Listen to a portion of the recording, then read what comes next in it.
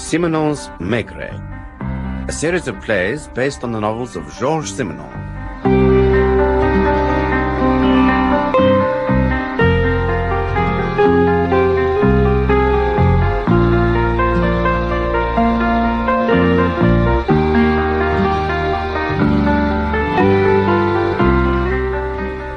With Maurice Denham as Jules Maigret and Michael Gough as Georges Simenon.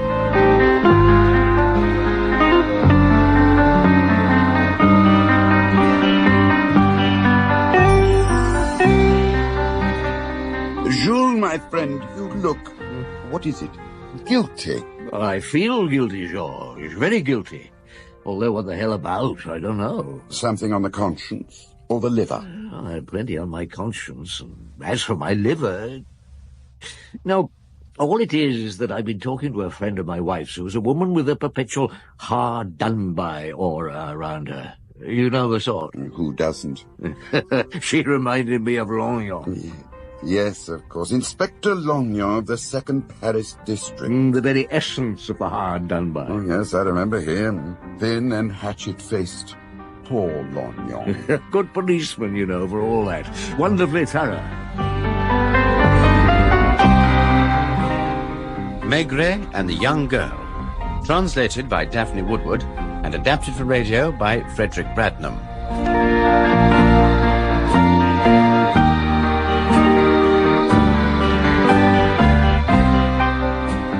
Didn't you have one particular case where you and Longon followed one another around? Oh, that happened more than once. But I think I know the case you mean. That poor young girl, found in Longon's district, on the pavement of the Place Vendôme at 3 o'clock on a March morning.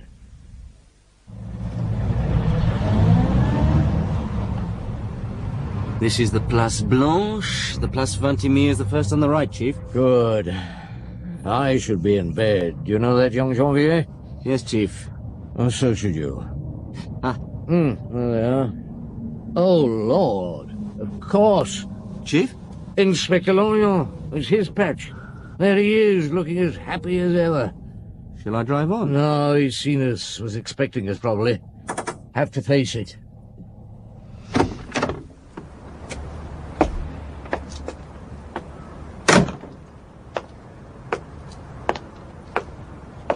Good morning, Inspector Longon. Good morning, Chief Inspector. Did they ring you at home? No, I was still at the Quai des Orfèvres when the call came through. Just thought I'd take a look. Oh, there she is. Very dead. Found about 10 minutes ago. Who is she? No handbag, no papers. One shoe's missing. Have you come across it? No, and she had no coat. An evening dress, isn't it?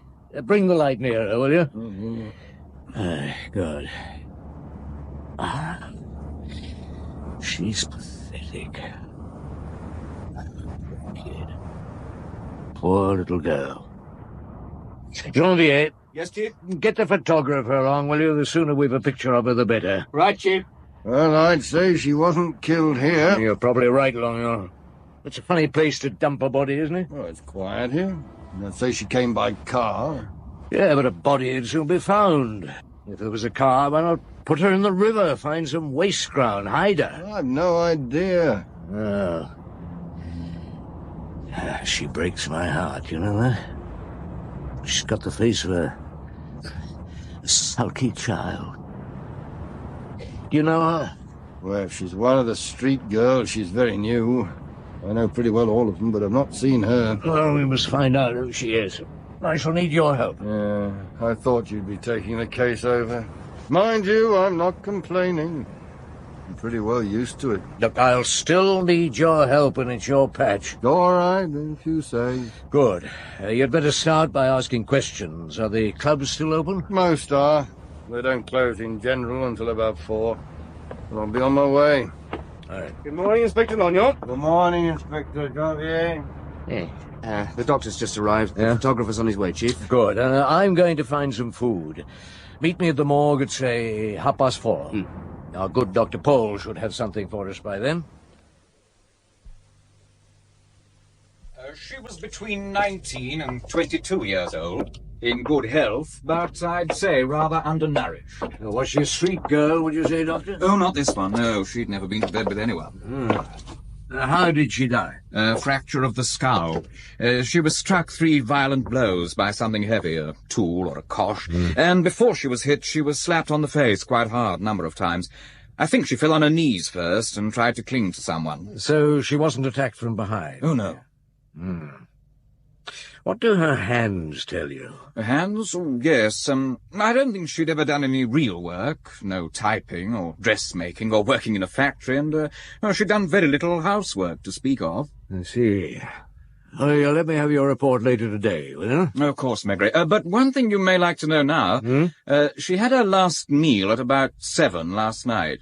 She died around 2 this morning, and sometime just before her death, she consumed a good deal of alcohol. Enough to leave her fairly unsober, I'd say. So, we have a dead, drunken virgin on our hands. Perhaps she'd been to a party, Chief. Yes, quite likely she had. Well, thanks, Dr. Bull. Thank you, Maigret. I'll find out what it was she drank and put it in my report. Right. Well, young Janvier, what do her clothes tell us? Something, Chief. The dress has a tag on it. Huh? Irene, 35, Rue de Douai. Just round the corner from the Place Vendôme. Well, that's something indeed. Oh, it'll soon be dawn. I'm going to get some sleep. You too. A photograph will appear in the second edition. Somebody will recognize her, I hope. I'll get hold of Longon, visit Irene's in the afternoon. This is the shop, Chief Inspector. Not exactly haute couture, is it? Irene, model gown. She hires gowns out as well as selling. Now, you probably know Longon. Who is she? Elizabeth Kumar. Ah, there's not much you don't know about this area, is there? I didn't know the dead girl. Oh, who did? I take it nobody knew her in the club. I would have told you if they had. Yes. I shall go round them again before they close tonight with a picture of the girl this time. That's the stuff. So, let's have a word with Madame Irene. Did you get some sleep? Not much. The wife's unwell, as usual.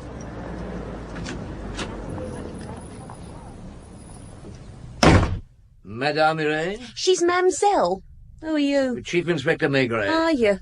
I know who you are, misery guts. Shut up, you young cow.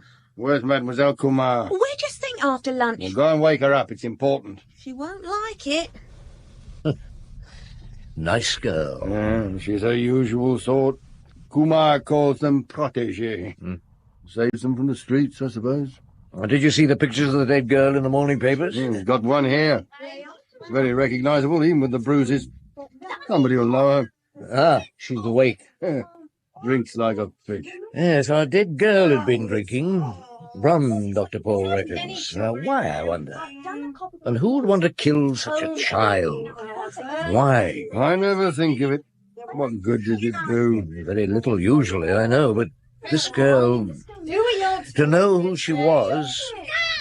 What are you after this time? This is Chief Inspector Maigret. Oh, I've heard of him. What's he doing with you? Inspector Longon has a dress of yours. This one. Hired out, I'd say. Yes, I heard it out last night. I don't know her name, but I got a coat and dress because she'd no money for the deposit. Vivian, my pet, get her clothes. Now, what time was this, mademoiselle? About 9. You're a fine figure of a man, aren't you?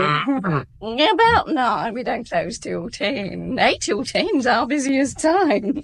Surprising number of girls suddenly find any to dress for the night then. These are old things. Coat, homemade dress, handbag. Give me the handbag. Beside the dress, what else did you hire, mademoiselle? Oh, do you hear how polite he is, old Longon? A velvet cape and a little silver evening bag with a chain to it. Well, there's only a pencil and a pair of gloves in it. Well, naturally, she transferred things to the evening bag. What's happened to the cape and the bag? They've gone missing. The girl who hired them was killed early this morning. Oh, silly girl getting killed. Yeah. Have a look at her picture. You've no idea who she was? Oh, that's her. She got bashed up. Oh, I never knew who she was, but I remembered her, though, when she came in last night. So did Vivian, didn't you? Stuck-up thing she was. Hmm. Like when she come in about a month ago for a dress. She hired that one then. Oh, she came in the evening that time, too. She had some money and paid the deposit and brought it back the next day. Now, last night, mademoiselle, did she ask for that particular dress? She did. Oh, lucky I had it in. She changed here and left soon after 9. I watched her go down the street. Funny sort of girl. Well, was she nervous, excited, anything? Oh, she was like a girl in desperate need of a dress. You mean it was important to her? I mean, monsieur, it's always important to them. They're all the same. They must have a dress pronto or they'll die. She did. Come in. Good morning, Janvier. Anything? Morning, Chief. Nothing. Not a sausage. Oh, somebody must have known her. Must have lived somewhere. Well, she hired an evening dress. She must have gone somewhere in it. Pictures of her, descriptions of her, have now appeared in, how many? 5 morning papers yesterday and 6 this morning. Seen by millions, if we can believe the circulation figure. Oh, God, she's been dead for over 24 hours. Somebody must have missed her. Chief, Go on. I was thinking, if she was so hard up that she couldn't afford the deposit, even for a tatty old evening dress, Yeah. she must have needed it to hire it for something really important, if you see what I mean. Something important like borrowing money? Yes, that makes sense. Yes, on the other hand, I asked Madame Maigret last night why a girl would behave like our girl. Now, she said that a woman can have a sudden desire to dress up without a serious reason. Like small girls do. That's it. Our girl, did she look that type to you, Chief? No, she was a lost little creature. I have to try to know her, Janvier, and then I shall know how and why she died. Maigret. I've something to tell you about the girl who's been murdered. Have you? Good. What's your name? I'm Rose. Know where she lived? Well, where, Rose? 113 Rue de Clichy, on the 2nd floor, with old Madame Crémieux, who won't help you. Goodbye. What? Well, come on, Janvier, we've got a lead at last. The Rue de Clichy and Madame Crémieux. Madame Crémieux, you do recognize the girl, don't you? Oh, yes, that's her, all right. And she was your lodger since when? Monsieur, she was not my lodger. She was a girl to whom I gave a room. Gave a room to? She paid me something, of course. Oh, what's the use? You just sit there without any expression. You know perfectly well, monsieur, if I take a person in as a lodger, the Inland Revenue people want to know about it, so I call them friends. And they pay something. What goes on between the Inland Revenue and yourself has nothing to do with me, madame. Now, tell me about the girl. Her name? Louise Laboine was the name she gave me, but I never saw her identity card. She answered my discreet notice in the newsagent's shop in January. She seemed a nice, well-bred, quiet girl, so I said, do come and stay. Did you know where she worked? What? I have no idea. She never said anything, as I soon found out, monsieur. And she was the most unsociable, unfriendly girl you could ever come across. Small wonder she seemed to have no friends. Well, at first she left at 8:30 in the morning. Then after a few weeks it was 9. Sometimes she'd stay in bed all morning. I asked her if she changed her job, but she wouldn't say. Wouldn't say? What did she say? She said nothing. That was her way. When she didn't want to answer a question, she would pretend not to have heard it and only look at one blankly and turn away. It was infuriating. Here's Rose, Chief. Thank you, Janvier. Come in, Rose. Madame Crémieux, this is Inspector Janvier. You're very young for an inspector, monsieur. Thank you, madame. And why is Rose with you?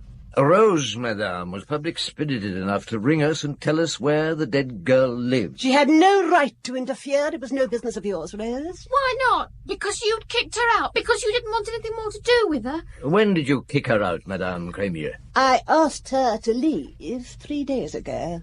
She hadn't paid. The rent. Did she take her things with her? As a matter of fact, she didn't. When I told her to leave as soon as possible, she said, very well. That was all. They went out and didn't come back. Will you take Inspector Janvier to her room, please? Janvier, put her things together. Yes, Chief. This way, Inspector. I'll show you what she left. Thank you, madame.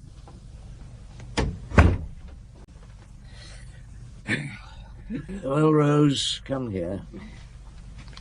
Thank you for ringing us. She wasn't going to, that's why I did. I overheard her talking to the concierge. Well, they must have been looking at the picture in the paper.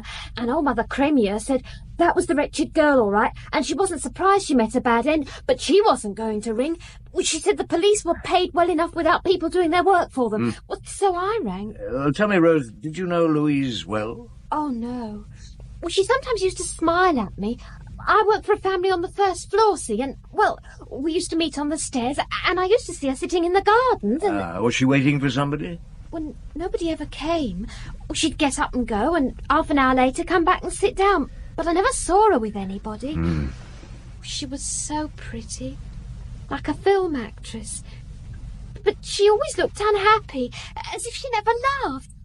Do you suppose she knew she was going to die?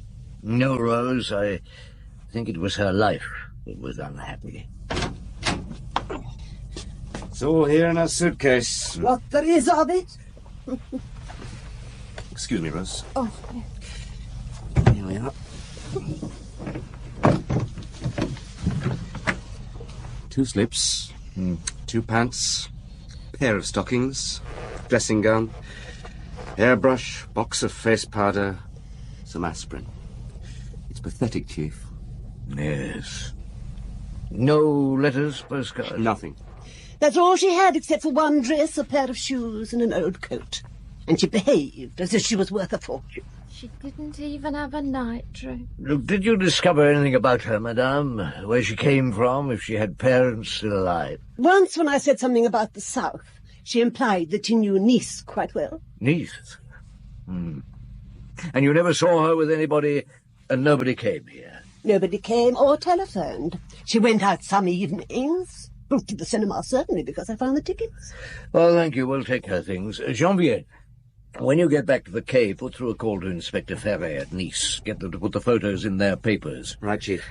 I must meet old Longon, see what he's dug up.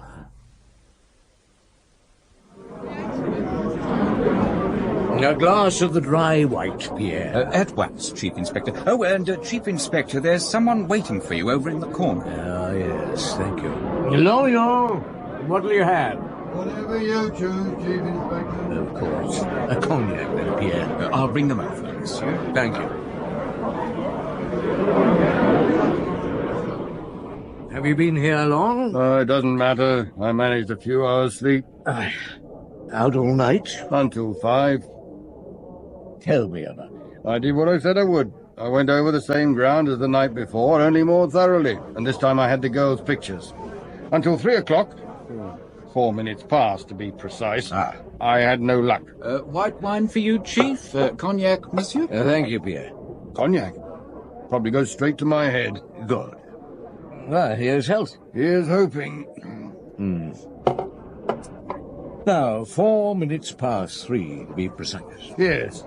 Outside the Le Grelot, I spoke with a taxi driver, Léon Zirk.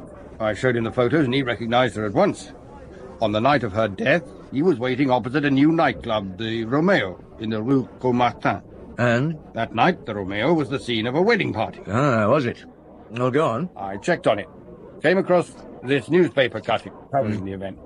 It tells us that one Marco Santoni, the representative in France for a brand of Italian vermouth, married Janine Armenieux of Paris 2 days ago, and the wedding party was held at Romeo's. Santoni is not a member of the Italian mafia, I hope. I asked records, they've no trace of him. Oh. He's a rich man of 45, a member of the smart set, who's had many mistresses, but this is his first marriage. Right, get back to the dead girl. I was about to. The taxi driver, Léon Zirk, saw her leave Romeo's at 12:15. He asked her if she wanted a taxi, but she ignored him. Well, it was night. Is he sure it was her? There's enough neon to make it like day around Romeo's. Zirk also noticed that she was wearing a shabby blue evening dress. And there's something else. Is there? Zirk was engaged a little later by a couple to go to the Étoile. And after he'd set them down, on his way back, Much to his surprise, he saw the girl walking down the Boulevard Haussmann, going towards the Champs-Élysées. He looked at his watch. It was almost 1 o'clock. Good work, Longon. Now, I'm sure you checked at Romeo's. I spoke to the doorman and the head barman, and they both recalled her well. The doorman let her in just before 12. She'd no invitation card, but said she was a friend of the bride's and looked so harmless. And once inside? The head barman noticed her at once. She was different from the smart set the other guests belonged to. At first, she stood by the bar watching the dancing, and then, during the interval, she caught the bride's eye and went up to her, and they talked for some minutes. What was the atmosphere like? And Madame Santoni, it seems, was pretty reserved, cold even, and shook her head no a number of times, but she did put something into the girl's hand, something from her handbag. Money? The man couldn't be sure, but he thought it was. And soon after that, the girl left. With enough money on her to be killed for it? What was Madame Santoni's maiden name? Janine Armenieux. Do we know anything about her? She's no record. We must get hold of her. She's at present on her honeymoon in Italy. Ah. So you've made some inquiries? I went to Santoni's flat in the Rue de Berry this morning and spoke to his manservant. Apparently Santoni met Janine 4 or 5 months ago. She didn't belong to the circles he moved in, and the fellow never has discovered where and how his master met her. I gather she's in her early 20s, hard-headed, attractive, with a temper, and was living at the Hotel Washington before her marriage. Santoni paid for the hotel. Did the manservant know Louise Labois? Louise Labois? The dead girl? Ah. I'm sorry, old chap. I should have said before. No. We found where she lived, up to 3 days ago, anyway, this morning. The girl recognized her picture and phoned us. She was known as Louise Labois, and it's possible she came from Nice, Janvier's chick. And this girl who recognized her knew all about her, I suppose. No, she never spoke to her. Nobody knew a thing about her.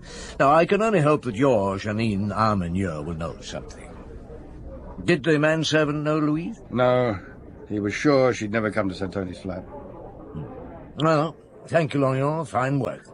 Another cognac? No, thank you, Chief Inspector. I have a few more inquiries I'd like to make about Janine Armenieux, where she lived before the hotel and so on.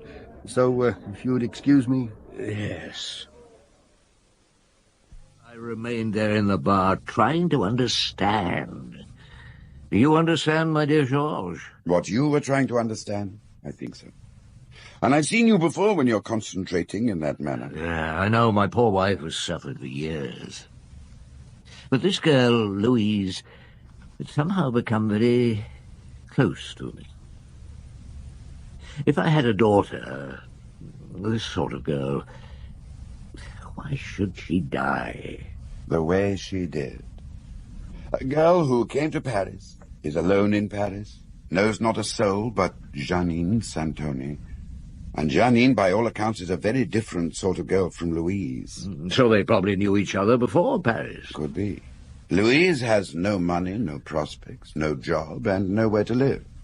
She was kicked out by Madame Cremieux in the morning, surfaced in the evening at Irene's, went to a wedding party at midnight, was seen walking in Paris at 1 in the morning. And was dead by 2. So there is an hour to fill in. And during that hour she drank quite a bit of rum. So she went to a bar? I can't see her walking into a bar at that time of the morning alone. Can you? Perhaps somebody was with her. Well, according to Longon's taxi driver, she was alone at 1. Now, perhaps she had a reason for going into a bar. And what would that have been? I had no idea. Well, for a couple of days, old Longon ploughed his way through Janine's immediate past. I didn't want to get the young lady back from her honeymoon unless all else failed, but then the police at Nice turned up trumps. So at last there was some background. Oh, there was, of a bizarre variety. A mother. I went to Nice to see her. She was an addict. A gambling addict, hooked on the wheel. I had to interview her in the casino.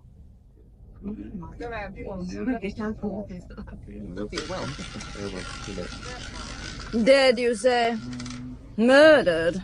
Well, I hope she didn't suffer too much. Oh, red again, and yesterday the black came up 9 times out of 10. She left home 4 years ago. I never heard from her more than a couple of times. She once sent me an address care of a Janine, somebody or other. I never knew her. Janine? No. I used to be a dancer, you know. Holly Berger, South America, Middle East. I met her father in Istanbul. A Dutchman. Julius van Kram. Ah, look! The black for once. I might break even today after all. Yeah, later. Suddenly found myself pregnant. I decided to have it. Louise was born here in Nice. 2 months after she was born, Van Kram walked out one afternoon to buy cigarettes and never came back. I never saw him again. Oh, yes. Sent me money over the years. Asked for news of Louise. I always wrote to him, post-restaurant, of course, to every city in the world. Last time I heard from him, about a year ago. Sent a large money order and wanted to know Louise's address, so I sent her the one care of Janine, whoever. He was in New York. I don't know what he did, but I'm sure it wasn't honest. Oh, red again. You're bringing me poor luck, Monsieur Maigret. There was your sought-for background, Jules. No wonder Louise left it as soon as she could. And no wonder it left her neurotically unsociable. It still didn't explain anything. What she could have been murdered for, and who could have murdered her. No, but it gave you just the hint of a lead, surely. Oh, yes, sure, she did. Julius Van Kram. He took a bit of tracing, but within 24 hours, records had a dossier on him. Confidence trickster? Of some notoriety. Known under 20 different names in 20 different countries. The last name had been Donnelly, and under that name he'd been sentenced to 8 years in the United States for fraud. And he died in prison 9 months before his daughter was killed. He wrote asking for her address from prison, didn't he? Well, he wrote during the trial or just before. I spoke to the FBI, and they told me that the proceeds of Van Kram's last fraud were never recovered. Over $100,000. So what was your next step, Jules? A criminal connection had been discovered. One that the girl knew nothing of, presumably. But it led nowhere. Right. Now I had to speak to Janine Santoni, bring her back from her honeymoon. I thought she might be cross, so I sent Longon on ahead to see her first. I myself turned up half an hour later. She was an aggressive-looking redhead with a magnificent figure and a magnificent temper to match. Ah, so you finally condescended to make an appearance, Monsieur Maigret. I'm sorry, Madame Santoni. I'm sure Inspector Longon has explained. Oh, I have explained, Chief Inspector. Madame Santoni, however... has refused to answer any questions. Now, why won't you answer Inspector Longon's questions, Madame? Have you something to hide? Of course I have. What woman hasn't? Well, my questions were not at all personal, I can assure you, Chief Inspector. They referred entirely to her relationship with the dead girl. I didn't answer his stupid questions because I felt that a woman of my social standing should be questioned by the leading Chief Inspector, not by a subordinate. Social standing, yes, of course. Inspector Longon is not strictly a subordinate of mine. He is from a different district, the district in which Louise Laboine was found dead. Well, the man looks like a subordinate. The Chief Inspector was only being tactful. The Chief Inspector will become less tactful unless you both stop being ridiculous. Good. Now, Madame, how old are you? Hardly a day over 20, I'd say. 21, monsieur. And you want the age of my grandmother? In a moment. I shall call you Janine, it suits you. Tell me about Louise, Janine. Have you known her long? 4 years. She was 16, I was 17. We both left home. We met on the night train from Nice to Paris. We had to sit up all night, so we told each other our life stories. In Paris, at first, you stayed with your aunt in the Rue de Chemin. You left after a few months after a quarrel about a girl whom your aunt found under your bed. So, you've seen my aunt, have you? Well, you don't want to believe all she said about me. Look, I didn't come to Paris just to work in an office or a shop, or to marry a clerk or a shop assistant. The girl under your bed, I take it, was Louise. Naturally. Everything connected with Louise was disaster. She lost the job she had in a shop in no time. She said the boss made a pass at her. So she was slung out of her cheap hotel. She turned up at my place and asked to stay. I hid her in my room, and when my aunt came in, she went under the bed. My aunt might have taken pity on her, but when she found Louise, being Louise, she wasn't even apologetic or anything, just coldly matter-of-fact, insolent almost. You then took a flat in the Rue de Ponthieu. And Louise came too. I didn't want her. Wasn't always convenient for me to have her there. She didn't seem to mind. She'd sit in the tiny kitchen for hours. Did she find another job? Oh, she had various jobs, none of them any good. None of them lasted more than a few weeks. Louise wasn't trained to do anything, and I honestly think she didn't want to do anything. Oh, she was pathetic, Monsieur Maigret. People said she was shy, but that wasn't the truth. She had no love for life. Perhaps that was what it was. Well, how long did you stick together, Janine? Almost 3 years, and stick is the word as far as Louise was concerned. She never paid a penny towards the rent, and in the end we weren't on speaking terms. Then I met Marco, my husband, and I moved out and went to a hotel. So she had to leave the flat. I don't know where she went, and I didn't care. Did you see her again before the night of the wedding? No. But she tried to see me. My husband took me to Maxime's a lot, and that got into the gossip columns. She turned up there one evening, the head waiter told us, wearing a tatty old blue dress. Typically Louise. Asked for us, and when she was told we weren't there, just walked out without a word. She came to your wedding party in the same dress. It was hired. And it looked like it. She wasn't invited, of course. Oh, she looked quite awful. Now, what did she want? Money, of course. I tried to tell her I couldn't help her now I was married. It was different. My husband didn't want me to have anything to do with her in future. But you gave her something, didn't you? What I had in my bag, and I told her about the letter, which is why she left at once, I imagine. A letter from the United States, was it? I don't know. This one was left by a man. I was coming to the letter, Chief Inspector. You do dig around, don't you? Doesn't he? He's a good detective. Go on. A man with an American accent spoke to the receptionist at the Hotel Washington about Louise Laboin and Janine Armenieux. He'd been trying to trace Laboin for some weeks and got to the Washington about 10 days ago.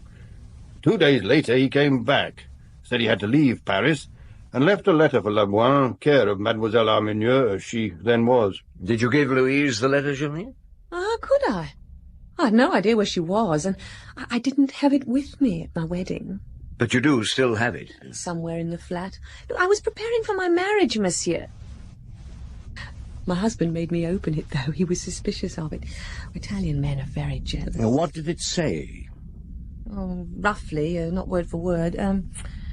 I have a very important message for you. I must see you as soon as possible. Ask for me, Jimmy, at Pickwick's bar in the Rue de l'Étoile. Oh, and then there was a sort of postscript. I have to leave Paris. I'm leaving the paper with a man who runs Pickwick's, Albert. He'll ask you to prove your identity. It's important. That was all. Longon, go to Pickwick's bar. I know Albert. He has a record. The bar is used by some of the Corsican fraternity. Get what you can out of him. I'll be along as soon as I can. I'll have a Pernod, Albert. Yes, Monsieur Maigret, Pernod. Where is he? Oh, Longon? Oh, we left 10 minutes ago. Huh? Where did you send him? I sent him nowhere. Yeah, monsieur. Thanks. Now, did you recognize the dead girl from the photo in the papers? Oh, don't often bother with the papers. When she came in here on the night of her death, was the place full? Monday? Oh, very full. At about 1 o'clock? I didn't look at my watch. What did she do? She sat down on the stool at the end of the bar. Did she order a drink? Yeah, I think it was rum. And she asked if you had a letter for her? Yeah, that's right. Where did you keep the letter? There, between those bottles. Nobody asks for them. And so you gave it to her? No, I asked to see her identity card. Ah, yes, those were your instructions. They were. From Jimmy? From Jimmy. Did you tell Inspector Longon this? Most of it, if he asked. So you gave her the letter once she'd identified herself? That's right. Her identity card was in her handbag, was it? Where else? A small silver evening bag with a chain. I don't remember. Did she open and read the letter in the bar?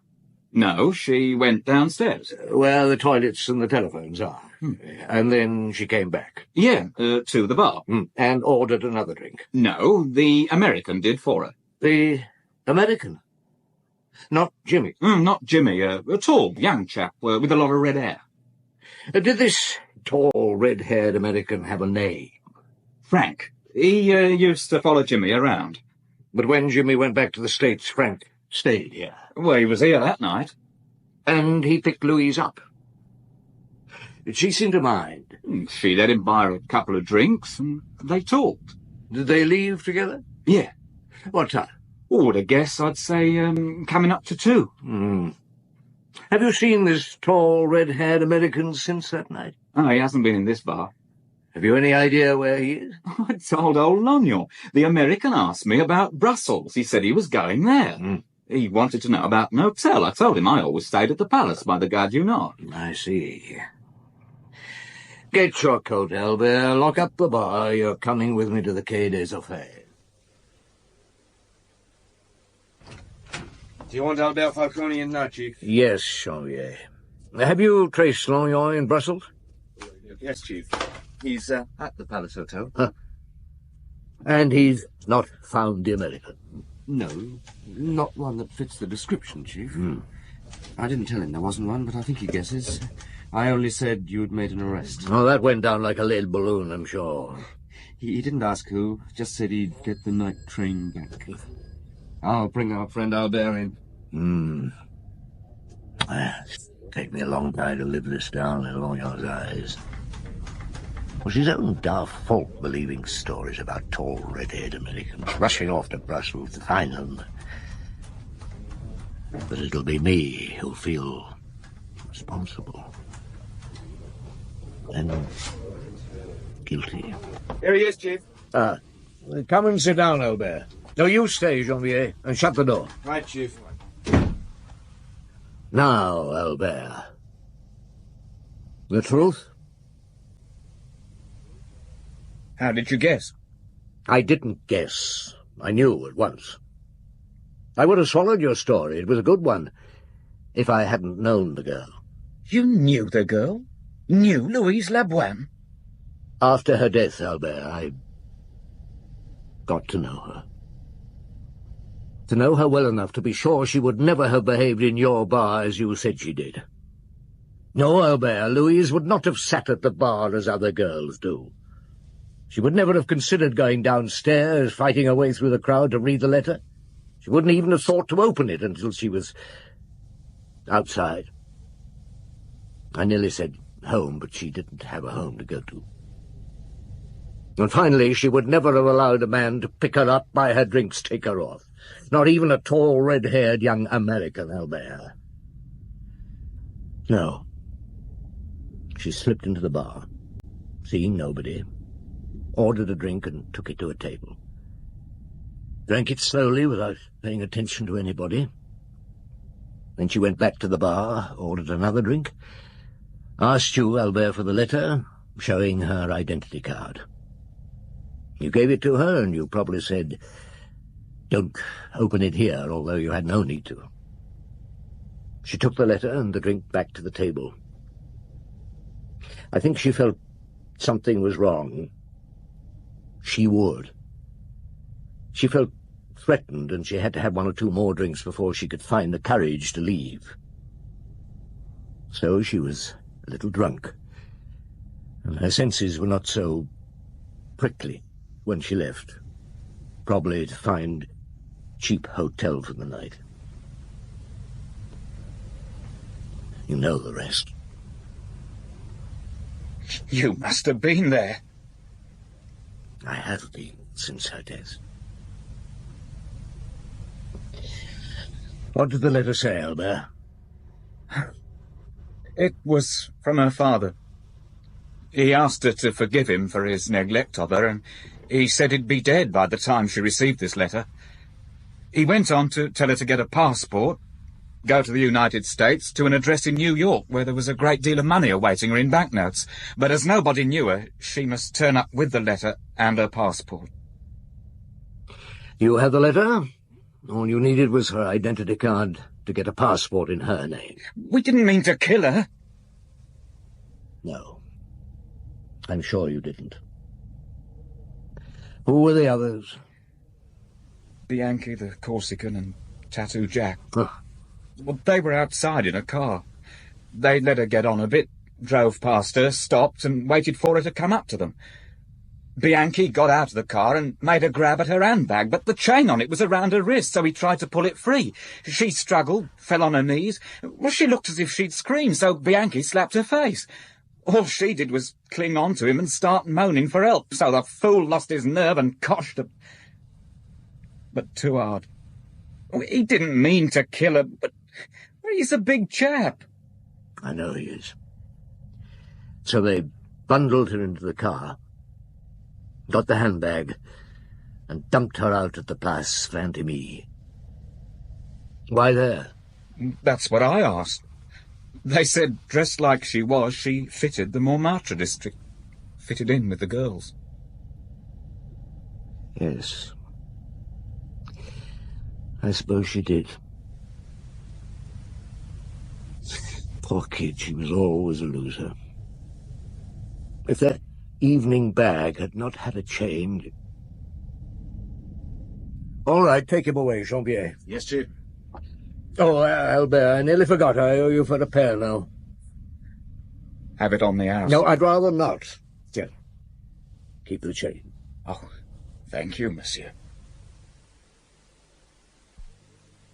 The end of a sad case, or... Yes, indeed. I take it you tied it up at the American end? The FBI did, but only just in time.